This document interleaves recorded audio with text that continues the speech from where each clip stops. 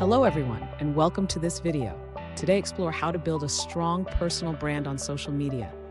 Whether you're an entrepreneur, freelancer, or a professional eager to stand out online, your personal brand is a powerful tool. Let's jump right in. Step 1.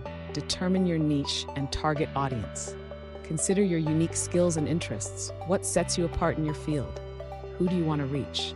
It could be specific professional groups, age categories, or those with shared interests. A well-defined niche and target audience enable effective communication. Step 2. Creating a consistent visual identity.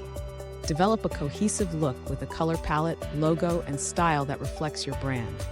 This builds recognition and gives you a professional image. Leverage tools like Canva to create consistent designs across all social media platforms. Step 3. Produce valuable content. Your personal brand hinges on the value you provide your audience. Focus on educational, inspiring, or entertaining content that meets your audience's needs. Consider blogs, videos, infographics, or even podcasts. Consistency is key. Use a content calendar to maintain a steady posting schedule and enhance discoverability with relevant hashtags and SEO optimization. Step 4. Engage with your audience. Engagement is central to a successful social media brand. Actively interact by responding to comments, asking questions, and encouraging interaction. Be present in communities relevant to your niche, solidifying your status as a trustworthy expert.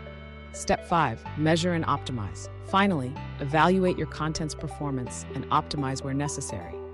Use analytics tools from platforms like Instagram and LinkedIn to see which content performs best. Analyze metrics such as reach, engagement, and conversions to refine your strategy continuously.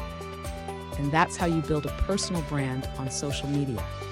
Focus on valuable content, consistency, and engagement to create a strong, recognizable brand.